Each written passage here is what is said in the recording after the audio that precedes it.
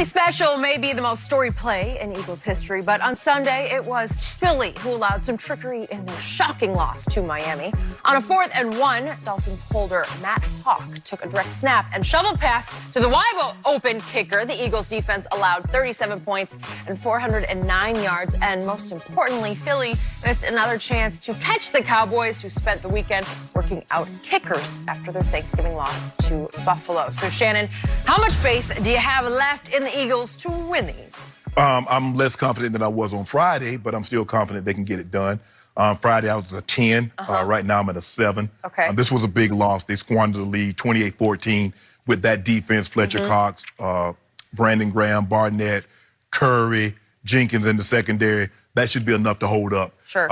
And to let the Dolphins, 5 of their last 6 possessions, Skip, counting my nail down before the half, they scored touchdowns. That's unacceptable. That is unacceptable. And I thought the defense would really be a strong suit of what they do, and their defense has let them down this year. I thought Wentz played well, over 300 yards. He had an interception on the Hail Mary. I knew the Hail Mary wasn't going to work because they had, guess who they had in there? Aguilar. What are you going to do? They had him in there to knock it down, and hopefully he can knock it in Alshon's arm, because he wasn't going to jump up and catch it. He can't even catch it when they're throwing it right to him, so let alone 40, 50 yards down the field. But I am not confident. I think there's a 0.0001 million zeros to 1 that the Cowboys can run the table. So, but now they got to hope, because all they had to do was just win this game here, and now it's come down to them and the Cowboys when the Cowboys come there, Skip, for the division. Now, but the Cowboys can't lose too, because I like what I saw from the Rams yesterday. I like old Trubisky, what he did on Thanksgiving. So I'm a 7 now, Skip. I was a 10 on Friday, because I just knew we just had this one in the bag. And I was feeling really good about myself at 28-14. And the next thing I know, I look up and I'm like, hold on. It's 32. It's 32 to 20. Yeah. What the? Yeah, that's what I was like, yeah, that's exactly what I was doing. But that's okay. I'm counting on the Cowboys doing Cowboys things, like choking. So, but right now in this division, you got 2 garbage cans going down the road. That's what it is. This is a garbage division, and the 2 garbage cans are the Eagles and the Cowboys, and they're trying to see which one get the lid open first. One garbage can's going to get a home playoff. Well, that don't matter. They're still garbage. What are the other 2? Washington and the Giants. Where do they fall? Don't even call them anything. Good question. Cry, Eagles, cry. Whatever. Why, Eagles, why? Here we go.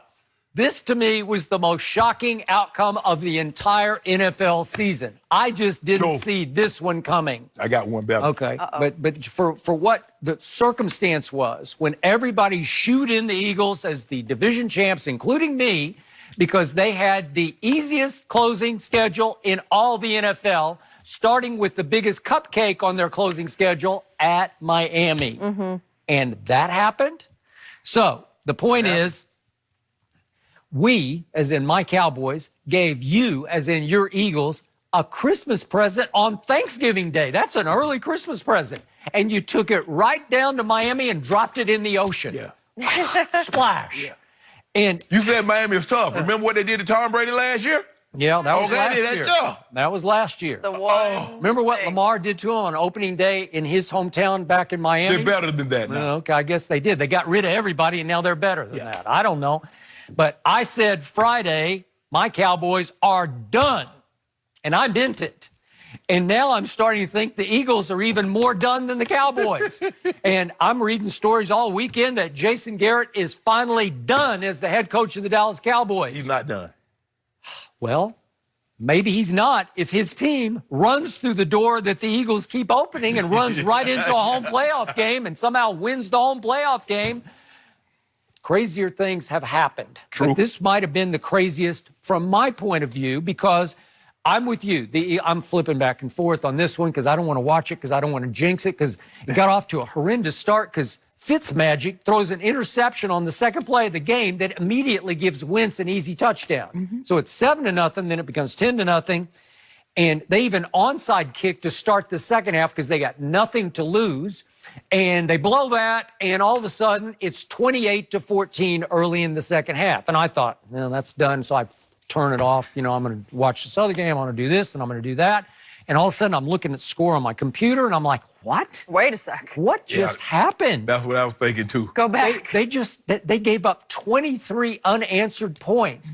Just when I thought it was safe to proclaim the Eagles defense back, because that unit against Seattle, that unit against New England looked really good to me. It looked like it could hold up its end of the bargain. It was Carson W-I-N-C-E that I would have the least trust in. But yesterday, he played well. Wait a second. Ryan Fitzpatrick went for 365 and 3 touchdowns? Skip, you know he's capable of having one of those games. You remember how he opened the season last year with those back-to-back 400? You know he's capable. Well, he had one of those Fitzmagic games. Magic. And I'm looking at all the projections, all the websites, and now everybody all of a sudden has my Cowboys like a 60% chance to win the division, and your Eagles 30%. And I'm saying, how can I justify that? Hold on, Skip. What other 10? Washington, the Giants? Washington's getting a little bit of love because all of a sudden Washington came back to life running the football. Their young quarterback, Dwayne Haskins, had a grand total of 10 QBR yesterday. But between Darius Geis and Adrian Peterson, they're just running wild. 10. Yeah. Woo, woo. So suddenly they're a little tiny bit of a factor. So I look at the schedules and I say, do I trust my Cowboys this coming Thursday night to go up to Chicago and win? I don't. Honestly, I don't. They're still, yet again, a 3-point favorite at Chicago. They've been favored in every game the whole year except the one at New England. Just that game, and they covered that spread. So what to make of that? I don't know. I don't trust it because Trubisky looked pretty good in the fourth quarter against Detroit on Thanksgiving. So then it comes back to they get 10 days off to get ready for the Rams at home. The Rams found themselves yesterday, 34-7. Now, Kyler Murray had a pulled hamstring, and he probably shouldn't have even tried to go because he didn't have his legs, he didn't have his quickness. But still, the Rams looked like the Rams. They look like last year's Rams. So have they sprung back to life? Now Jared Goff says, see, now you see why they gave me all this money? Okay. So a week from tonight, the Eagles are back home to play the Giants, who have lost 8 straight games. Oh, my goodness. 8 straight games. I don't know. Can Danny Dimes do a number on Monday Night Football? He had a decent game yesterday. It was he lost 8 straight. Yeah. When was the last time you heard Sherman and Gettleman gloat? I haven't heard him at all. 8 straight. You don't know. Oh, we know why we got him. You should ask all the people out there what they think of So it. they got Saquon Barkley, who you said was the best running back in football. And for about 3 games, everybody said Danny Dimes is the future and the answer. And I'm not sure about that. No. But now your Eagles get them twice. They get them at home on a Monday night. Surely they can't lose that game. Yeah, they can. And then they have to close at the Giants. Could they lose that one? I don't know. They got to go to Washington. Tricky game, maybe, kind of interesting. I don't know, maybe. Yeah. Right? Hey, look, Skip, you know, one to 2 games a year, maybe a third, Ryan Fitzpatrick says, man, you know what? I'm in the NFL. Today's the day. You know what? I'm going to do something special today. And he has a game like this. Skip, remember last year he opened the season when he was at Tampa, and he went to New Orleans and hung 40-plus on them. And so he had back-to-back 400-yard games. Like, He's like, oh, Tampa's going to do it. And then he all of a sudden like, I am Ryan Fitzpatrick. There's a reason why I've been on like 12 different teams. When he's on, he's on. He can light you up. Okay. So my bottom line for my Cowboys is the one game left on the schedule that I have the most faith in them winning is, this is just me, at Philadelphia. I just believe they like to play the Eagles. I think they might have the Eagles' number. No, you don't. Again, they don't have anybody else's numbers because they haven't beaten one team with a winning record so far. And yet, at that point, Philly may not have a winning record the way it's going right now. Well, they can't have a winning record. You guys ain't going to have a winning record either because you're about to lose this week. Okay. Well, you could be right about that. I am right. Ain't no could be, I am. Okay. But I'm looking at what happened yesterday, and it came all the way down to a play made by a guy you might know pretty well. It was a 2nd and 10 at the 13 in the second-to-last Eagles possession, and they were driving, and I thought they were going to score a touchdown, and that would have made it a very different game. And guess what happened? Wentz rolls out. It's Taco Sunday. Taco Charlton got him. It's a sack by Taco. He got him down. It was a fumble. Way to go, Taco. Remember Taco? Taco Sunday. We got about six sacks with the Dolphins. Ex-Dallas Cowboy. I miss it. Y'all ain't know how to use taco. Well, I think we did. You know, y'all were using I told you, I wrong love kind of condiments on the taco. Yeah. That's what it was. Yeah. Well, guess what? It ain't over yet. thanks to your Eagles, because I'm starting to think that the Cowboys somehow are even a little better than the Eagles, and I don't know how. So in other words, your Cowboys could possibly back into the division. I just think they can win December 22nd at Philly, and I think they can beat the Redskins the last game, and that may be the 2 games they win. And now it's up to you guys to take care of your business. I'm thinking 9-7. I'm thinking Eagles go 9-7. You guys will be 8-8. Okay, well, right now they're 5-7, so they're going to have to win 4 in a row. Running the table. 4 in a row. Run it. Really? Okay, running the table. I'll take that for a case. Right Eagles now. going division hunting. I got it. You want that? You already owe me a couple of cases. For what? New England lost. Oh, we didn't bet a case on that. You didn't bet me. I tried to get you. I said, do you want a case? I picked them. Okay, you picked the Texans, but I said, do you want to? I pushed you to take a case, and you said no. You should give me 2 cases because I picked the score that New England was going to score. Okay, you did get the score. You get no cases. I don't get You'll like it. Oh my God. But well done. We can give you a congrats. Okay, I don't know what else to tell you.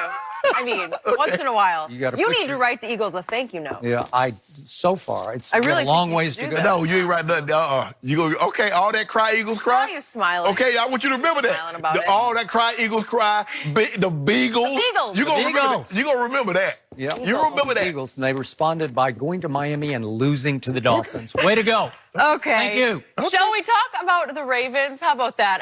They got a hard-fought win over the NFC-leading 49ers as Justin Tucker nailed a last-second field goal in the rain. And after another 100-yard rushing game for Lamar Jackson, he is now just 62 yards short of Michael Vick's single-season quarterback rushing record. If he continues at this pace, he should easily break that mark against the Bills next week. So, Shannon, how impressed were you with Lamar? I was very impressed.